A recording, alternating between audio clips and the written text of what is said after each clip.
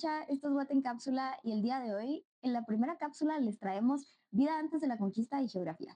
Y dirán ustedes, ¿por qué a mí me interesa saber geografía de Guatemala para entender la conquista?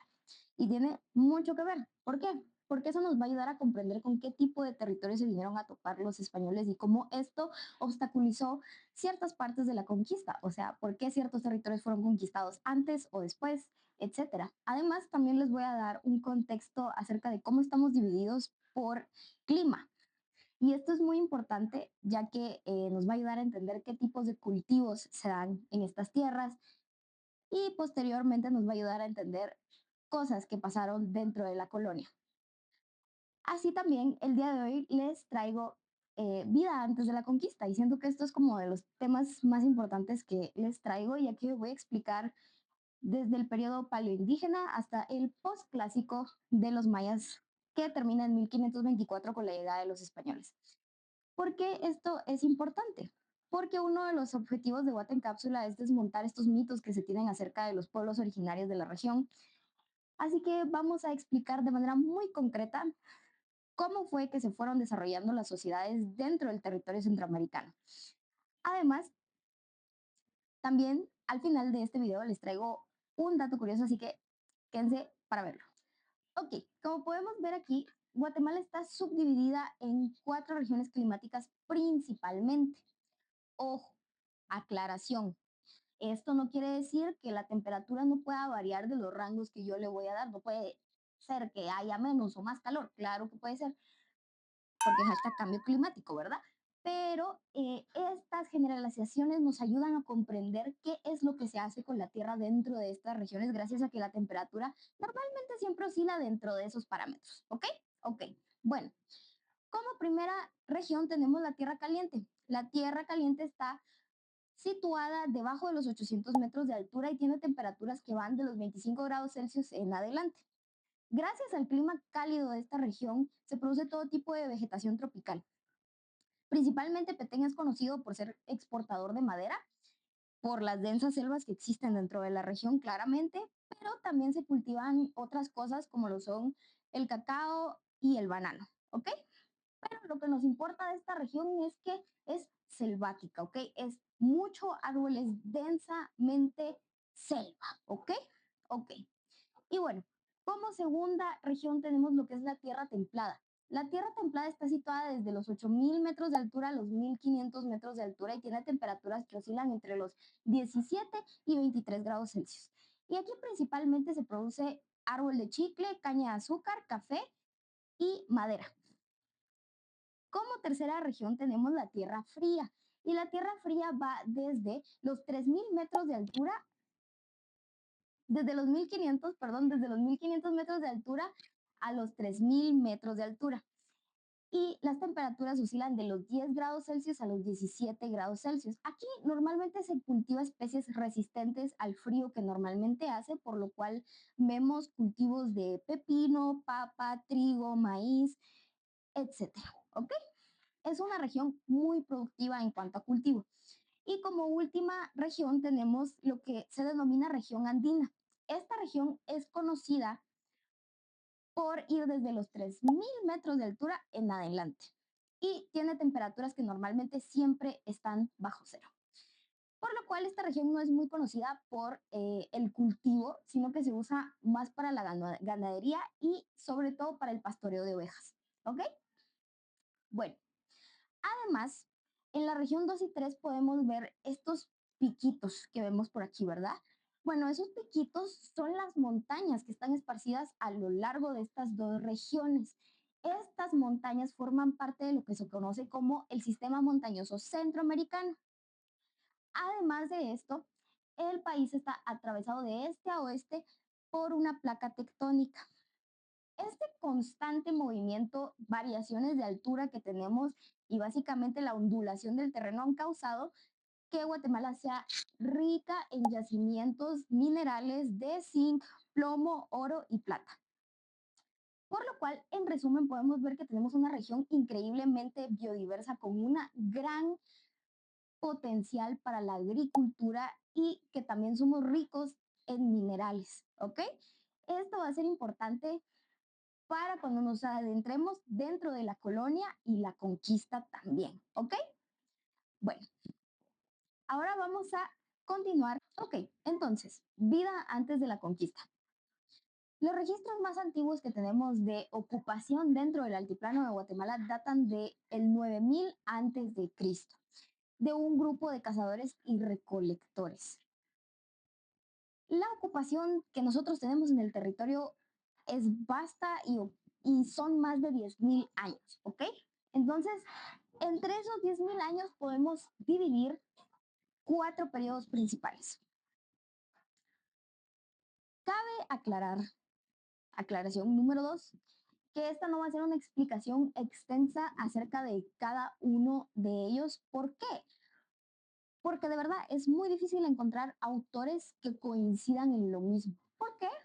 Por un simple motivo, porque en 1524, en la llegada de los españoles, eh, lo que intentaron hacer, y tristemente lograron en parte, fue desaparecer nuestra cultura de la faz de la tierra, ¿no? Y hay mucha información que sigue ahí volando en el tiempo y hay muchos autores que aún no se ponen de acuerdo realmente en cómo fueron las cosas porque simplemente no tenemos la evidencia para contrastarlo.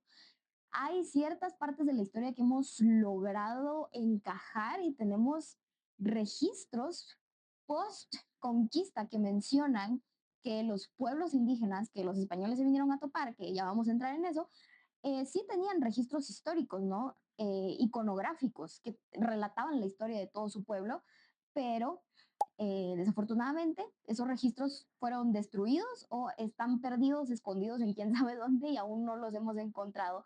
Por lo cual, esta explicación de los periodos dentro del altiplano de Guatemala van a ser únicamente de puntos concretos en los cuales varios autores que me di a la tarea de revisar están de acuerdo. ¿Ok? Ok. Bueno, como les dije, el registro más antiguo que tenemos viene del 9000 antes de Cristo, pero evidencias más concretas empiezan a salir, o bueno, datamos nosotros del 15.000 antes de Cristo. Este periodo, que se llama paleoindígena, vino del 15.000 antes de Cristo al 5.000 antes de Cristo. Aquí las poblaciones eran nómadas, éramos cazadores y recolectores que se movían conforme las temporadas del año y eran grupos reducidos. Básicamente no existía como tal una idea de estado, sociedad o comunidad. Eran simplemente grupos pequeños que se movían juntos para poder sobrevivir. Esto empieza a cambiar paulatinamente en el 5000 antes de Cristo. ¿Por qué? Porque descubrimos la agricultura y empezamos a domesticar ciertas plantas como son el huico y el chile, el frijol y el maíz, entre otros. Pero principalmente estas semillas y el descubrimiento de la agricultura, el avance más bien de la agricultura, fueron lo que nos hizo ser poblaciones más asentadas y dejar de ser nómadas paulatinamente, obviamente. Ahora continuamos hacia el periodo preclásico. Este periodo vino del 15.000 antes de Cristo hasta el 300 después de Cristo. Como les había comentado, en el 5000 empezamos a sentarnos en aldeas, ¿no? Empezamos a crear las primeras poblaciones fijas. Y ya para el 15.000 antes de Cristo, la mayoría de poblaciones ya vivían de manera sedentaria y empezaron a dejar de ser aldeas pequeñas y confinadas a tener una idea más compleja de una sociedad. Aquí se empiezan a ver los primeros indicios de intercambios socioeconómicos, no solo dentro de la misma población, sino también con pueblos aledaños. Aquí también empezamos a ver una complejidad mucho más grande dentro de los métodos de cultivo y de caza. Y también se vio un crecimiento poblacional mucho más grande en comparación al siglo pasado. Para esto empiezan a desarrollar una idea de sociedad más compleja, como vemos, ¿no? Empiezan a saber qué es la economía, empiezan a desarrollarse más como una sociedad y a dejar de pensar tanto como en el colectivo de familia, sino ya a pensar más en general. Y gracias a este pensamiento que fue evolucionando, empieza a surgir la noción de un Estado. idea de un Estado se formaliza o está completamente establecida para el 500 después de Cristo. Ahora continuamos hacia el periodo clásico. Este periodo vino del 300 después de Cristo al 1000 después de Cristo. Aquí se empieza a ver el florecimiento de la civilización maya como la conocemos, ¿no?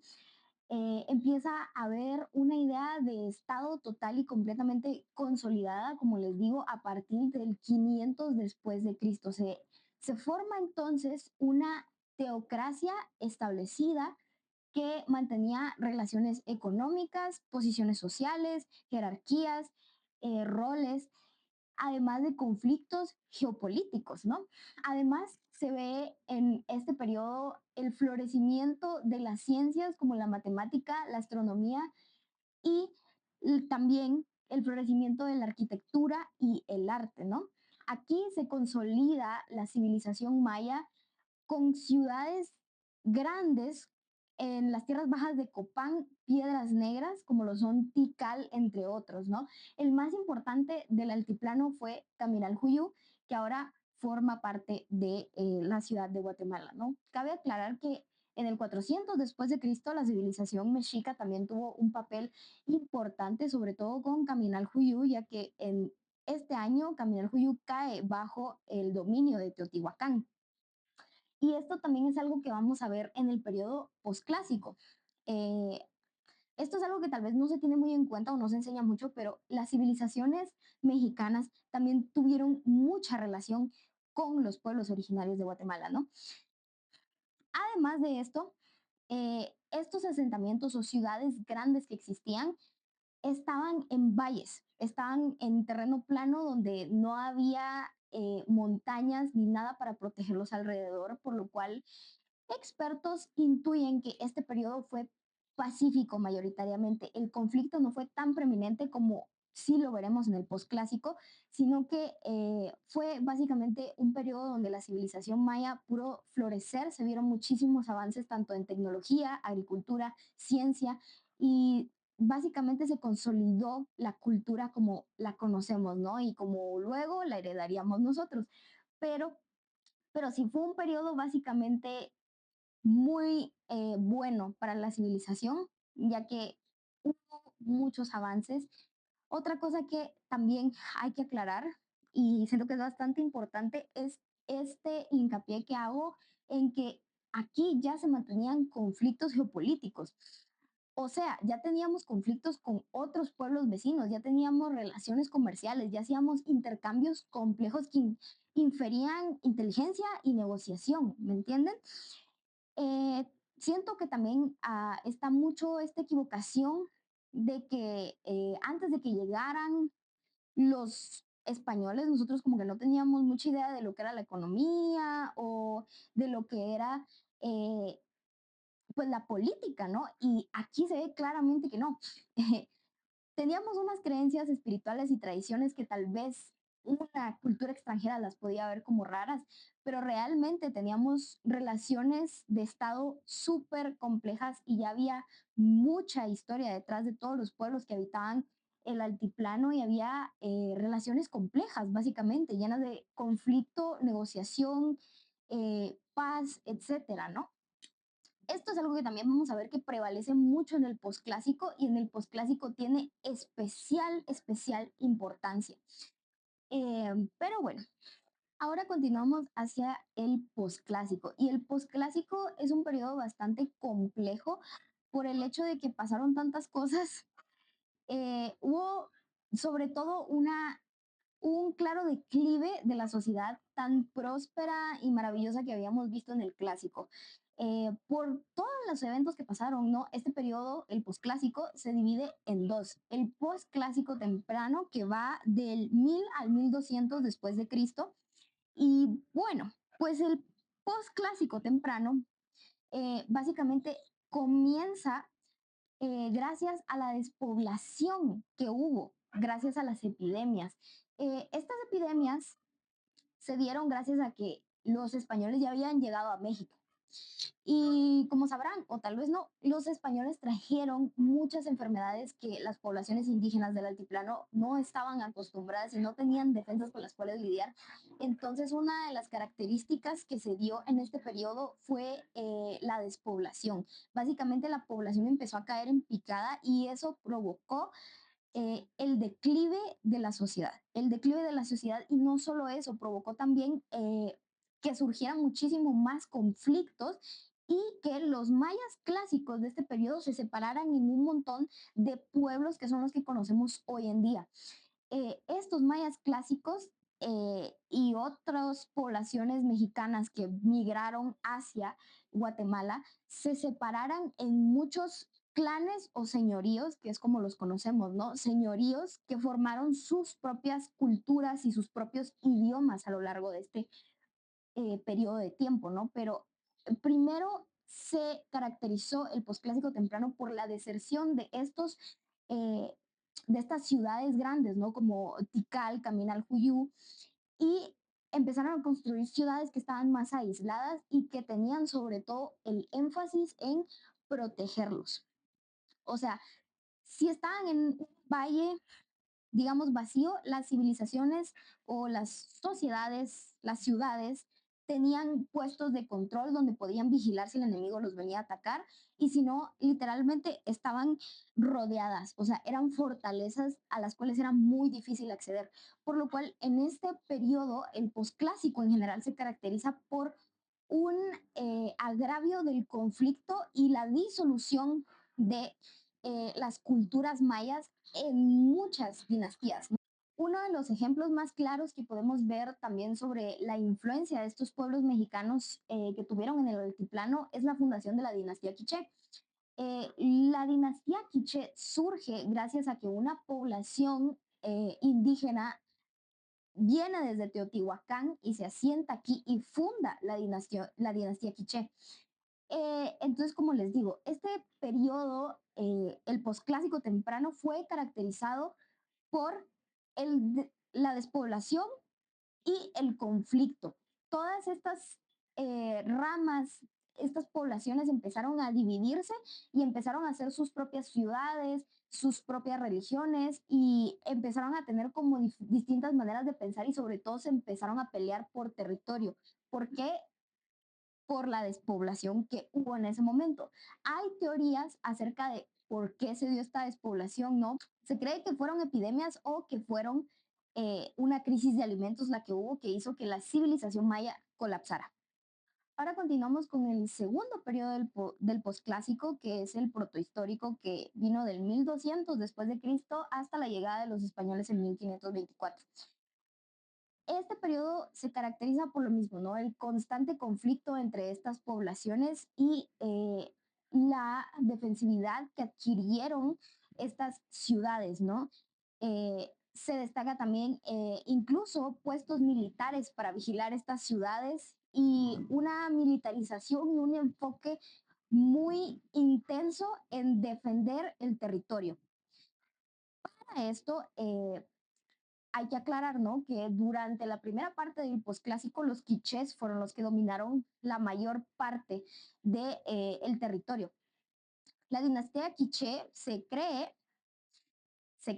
equivocadamente, ¿no? Que su auge fue en la segunda parte del posclásico, pero no, la verdad es que fue dentro de la primera parte del posclásico donde la civilización quiché pudo triunfar y conquistó y sometió a muchos de los otros pueblos que habían dentro de la región, pero ya para la llegada de los españoles, esta dominación que ellos tenían sobre la región decae gracias a que surge la Confederación Cachiquel y empiezan a tener conflictos y a ganarles territorio.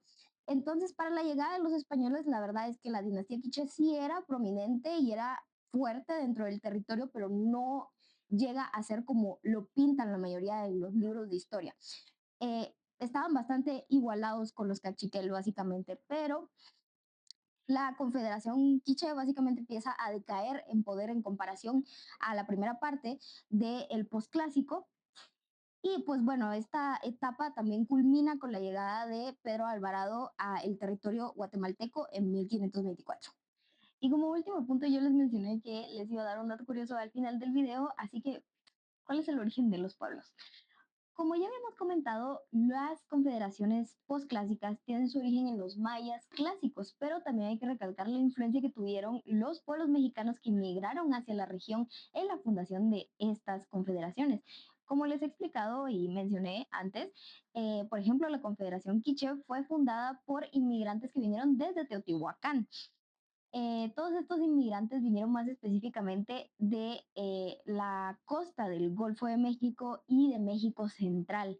Todas estas poblaciones hicieron un cambio, un intercambio, más bien, un intercambio lingüístico y cultural que se fusionó con los mayas que ya estaban en la región y crearon estas culturas e idiomas totalmente nuevos.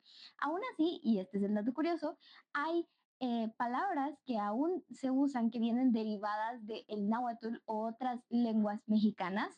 Y también la prevalencia de estas civilizaciones mexicanas se puede ver en la cosmovisión, en deidades como Hunapuch o Apuch, que es básicamente el dios maya que aparece en el Popol Vuh de la muerte y que en la cosmovisión, por ejemplo, mexica o tolteca es Mictlantecutli y son representados pictográficamente de la misma manera. Entonces, todas estas influencias las podemos ver reflejadas tanto en la cultura y en el lenguaje.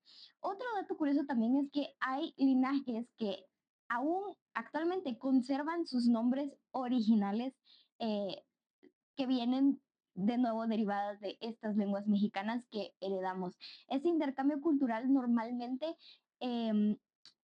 las poblaciones que venían desde México abandonaban su lengua y fusionaban las palabras, ¿no? Con el maya que ya existía aquí, pero a día de hoy estos son algunos de los vestigios que nos ha dejado la historia sobre la influencia que tuvieron estas culturas en la creación de las confederaciones postclásicas que son los pueblos originarios que conocemos hoy en día. Y pues nada, espero que les haya gustado mucho la cápsula de hoy, que hayan aprendido algo. Si es así, por favor, déjenos su me gusta, su comentario, suscríbanse si quieren más información, porque esta es la primera de muchos que están por venir. Y pues nada, yo me despido, espero que les haya gustado mucho y hasta la próxima.